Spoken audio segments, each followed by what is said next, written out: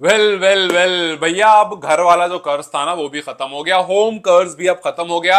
अब आप नहीं कह सकते हो कि भैया ये बाहर के शेर हैं घर में ढेर हैं, बिकॉज जो शेर बाहर घूम रहा था ना वो घर में घुस चुका है और घर में भी पॉइंट लेना शुरू कर दिया। वैसे आपको बता दूं कि मुझे 2 ओवर पहले खबर आ गई थी कि आज राजस्थान हारने वाली नहीं। मैं किसी बुकी के थ्रू या फिर कोई मैच फिक्सिंग की बात नहीं कर रहा हूं, मैं एक छोटे से हिंट की बात कर रहा हूं। अगर आपने देखा होगा तो आप भी समझ गए होंगे।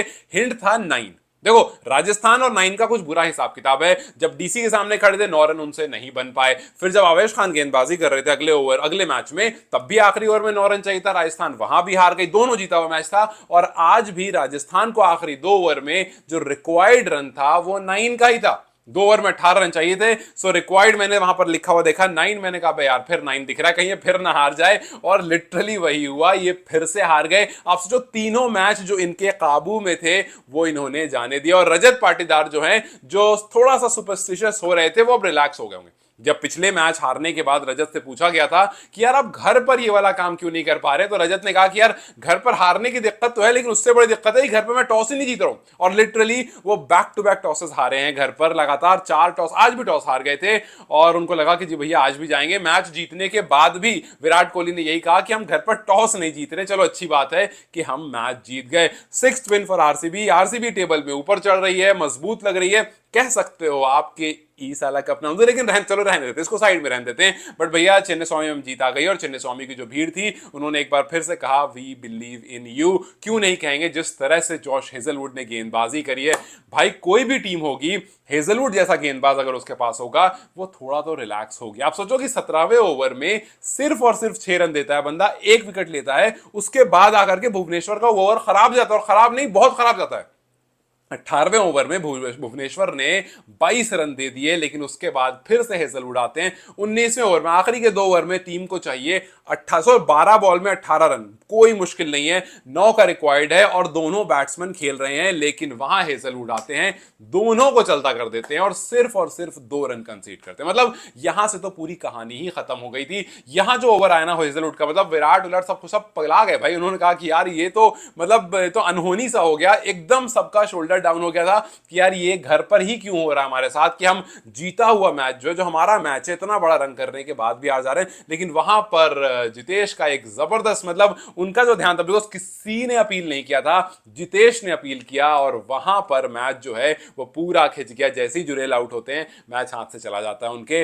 और हेजलवुड जिन्होंने एक जबरदस्त गेंदबाजी की, जाहिर सी बात है मैन ऑफ द मैच बने और बनने भी चाहिए थे, पूरे हकदार थे भाई। 4 ओवर में 33 रन और 4 विकेट, ठीक है ये अच्छा दिख रहा है। चेन्नई स्वामी में और अच्छा दिख रहा है कि भाई चेन्नई स्वामी जहां इतना पिटते हैं वहां आकर के अगर एक फास्ट बॉलर इतनी अच्छी गेंदबाजी करे। लेकिन मैन ऑफ द मैच इस फिगर की वजह से नहीं मिला, मैन ऑफ द मैच मिला आखिरी 2 ओवर की वजह से। जिस तरह से उन्होंने आखिरी 2 ओवर में गेम को पूरा पलट दिया भाई, 1 विकेट उसमें ले गए, 2 विकेट इसमें ले गए, आखिरी के 2 ओवर में आप 3 विकेट लेकर जाओ और सिर्फ 8 रन देकर जाओ, इससे बेहतर गेंदबाजी नहीं हो सकती है। So yes, Josh Hazlewood is definitely man of the match. लेकिन एक और बंदा है जिसने आरआर को थोड़ा सा शेक किया था, और वो है कृणाल पांड्या।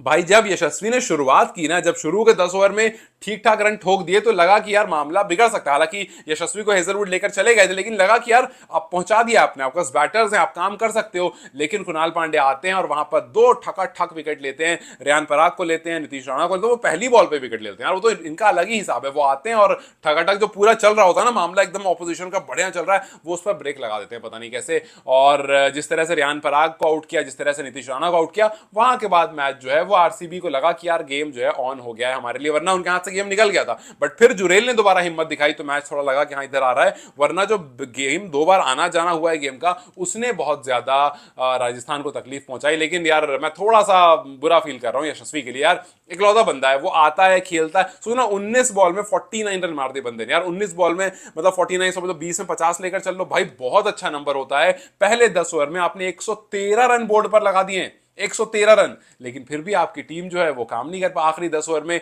सिर्फ 81 रन बनते, 6 विकेट गिर जाती है और 205 रन, जो एक टाइम पर छोटा लग रहा था वो फिर से दोबारा सा बड़ा लगने लगता है। लेकिन जो आरसीबी की टीम है वो खुश है, आरसीबी खुश है कि भैया फिल सॉल्ट चल रहे हैं। हालांकि आज थोड़ा सा स्लो खेल रहे थे, बट ठीक है, आपको अगर अच्छा स्टार्ट मिलता है और दोनों तरफ से में से एक से भी रन पड़ रहा है, दूसरा अपने हिसाब से खेल रहा है, कोई दिक्कत नहीं। 6 ओवर में 60 run is a very good number. आपने अच्छा स्टार्ट दिया, 23 बॉल 26 रन मैटर नहीं करता। अगर आपको अच्छा स्टार्ट मिल गया है तो। हालांकि अगर उनके बैट से रन आते तो 205 ना होकर के 215 होते, वो और बेहतर होता, लेकिन I think RCB will be happy.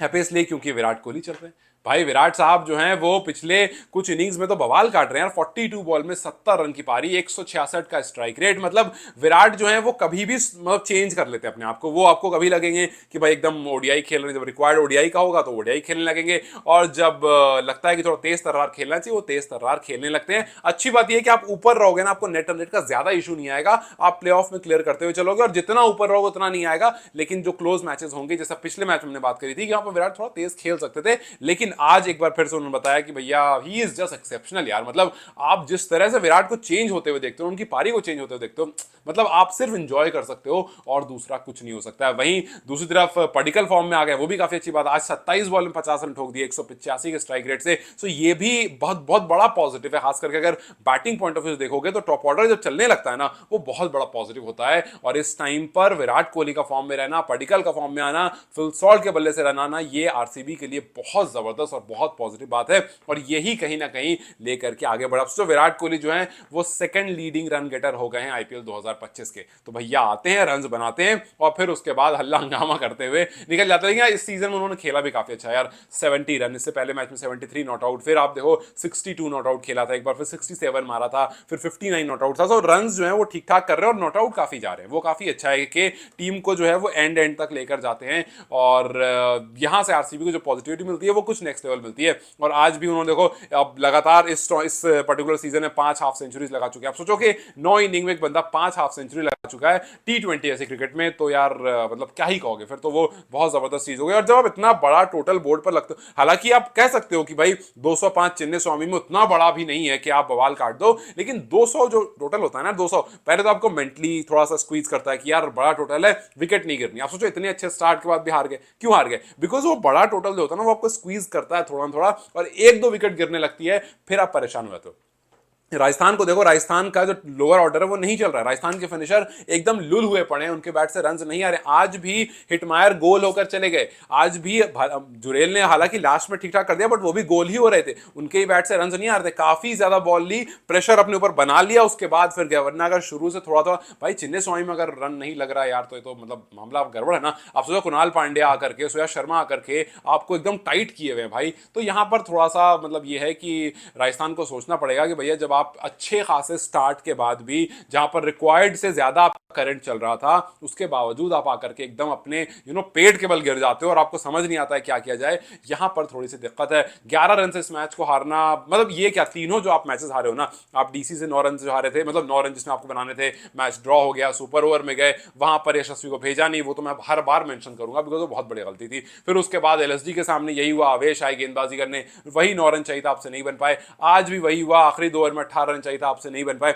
आज चिन्ने स्वामी में आखिरी 2 ओवर में 18 रन नहीं बने। मतलब ये कुछ चीजें हैं जो राजस्थान को सोचना पड़ेगा कि भाई कैसे करें। राजस्थान सिर्फ और सिर्फ खुश होगा अपने ओपनिंग प्लेयर से कि भैया यशस्वी अच्छा कर रहे हैं, सैमसन को बड़ा मिस कर रहे होंगे, और अभी जब रघुवंशी उनके साथ आए तो वो भी क्या, सॉरी सूर्यवंशी यार, सूर्यवंशी जब उनके साथ आए तो लग रहा है कि हाँ चलो ठीक है, हालांकि उनको टाइम लगेगा ग्रो होने में, बट ठीक है। जायसवाल को देखकर जब वो देखते हैं ना कि जायसवाल जैसा खिलाड़ी उनके सामने खड़ा, जो नहीं देखता कि हेजलवुड आ रहा है कि स्टार्क आ रहा है, वो पटापट मारना शुरू करता है। हेजलवुड को भी उन्होंने काफी अटैक किया, हालांकि विकेट उनकी ही बॉल पर गिरा, बट उनको अटैक काफी किया और उनको स्ट्राइक रोटेट करने का वो सोच भी नहीं था। सो अगर आखिरी कुछ बॉल देखोगे तो 0-0-0 4-4-4 0-4-4-6 विकेट, ये हेजलवुड और क्या नाम है, जायसवाल का आमना सामना है कि चाहे तो 0 है, या तो बाउंड्री है, या तो 6 है, या तो आउट है। वो स्ट्राइक रोटेट नहीं कर रहे थे कि भाई सूर्यवंशी जो है वो हो सकता है अभी थोड़ा प्रेशर में आ जाएंगे, हेजलवुड बड़ा बॉलर है, वो उन्होंने कहा अपने ऊपर लेता हूं, सामने इसको थोड़ा सा ना स्ट्रेंथ देता हूं। मारना शुरू किया, उसमें स्ट्रेंथ आई, उसने भी मारे शॉट्स, लेकिन भुवनेश्वर एक्सपीरियंस आदमी, अच्छी बॉल दी, क्लीन बोल्ड हो गए। बट यस, राजस्थान जो है उसके लिए भाई परेशानी बहुत सारी है। जुरेल जो है वो आ रहे हैं, रन कर रहे हैं, बट कोई फायदा नहीं इस रन का, बिकॉज आपने पहले ही प्रेशर ले लिया। शुभम दुबे काफी लास्ट में आए, बट यस आप कर सकते थे इस काम को, आप भी करके नहीं दे पाए। सो वो मिस कर रहे हैं भैया, वो एक्सपीरियंस कुछ तो कहीं ऐसा लग रहा है कि मिस कर रहे हैं। आई डोंट नो कि द्रविड़ और संजू सैमसन में क्या चल रहा है, बिकॉज हमने ये भी वीडियोज में देखा है कि टीम जो है वो टूटी हुई है, रिफ्ट चल रही है, और उस रिफ्ट के चक्कर में अगर टीम पूरी पूरी बिखर रही है तो यहां मामला जो है वो काफी ज्यादा खराब है। आप 5th कंसेक्यूटिव लॉस आपकी आती है, और ये आती है लगभग 15 साल के बाद। मतलब 2009-10 में ऐसा हुआ था कि आप कंसेक्यूटिव 5 मैचेस हारे थे और अब आज जाकर के आपने उस रिकॉर्ड को अपने लिए दोबारा से अपने नाम कर दिया। सो अब लेट्स जस्ट सी कि क्या होता है, क्या राजस्थान अपने इज्जत को, अपने गौरव को बचाने के लिए कुछ मैचेस आगे बढ़िया खेलता है या फिर वो धीरे धीरे ऐसे ही स्टूप लो होते जाते हैं। और वहीं दूसरी तरफ आरसीबी, लेट्स जस्ट सी कि वो किस तरह से कहां तक ऊपर बढ़ती हुई जाती है, बिकॉज भैया इस बार वाली टीम जो है ना वो मस्त लग रही है, जबरदस्त लग रही है और जिंदाबाद लग रही है। So let's just see RCB यहां से और कितना आगे, कैसे कहां कहां तक पहुंचती है, बिकॉज टीम काफी बढ़िया बढ़िया है भाई। मुंबई अच्छे फॉर्म में है, आरसीबी बढ़िया है, डीसी तगड़ी टीम लग रही है, जीटी तगड़ी टीम है। सो अच्छी अच्छी टीम्स ऊपर आ रही हैं और अच्छे फॉर्म में ऊपर आ रही हैं। लेट्स जस्ट सी कि आगे हमें और कितने जबरदस्त मैचेस देखने को मिलते हैं और इस तरह के नेल बाइटिंग मैचेस देखने को मिलते हैं, वो तो वक्त ही बताएगा। But what are you feeling for RCB? Do let me comment section. Till then you guys take care, I will see you very soon.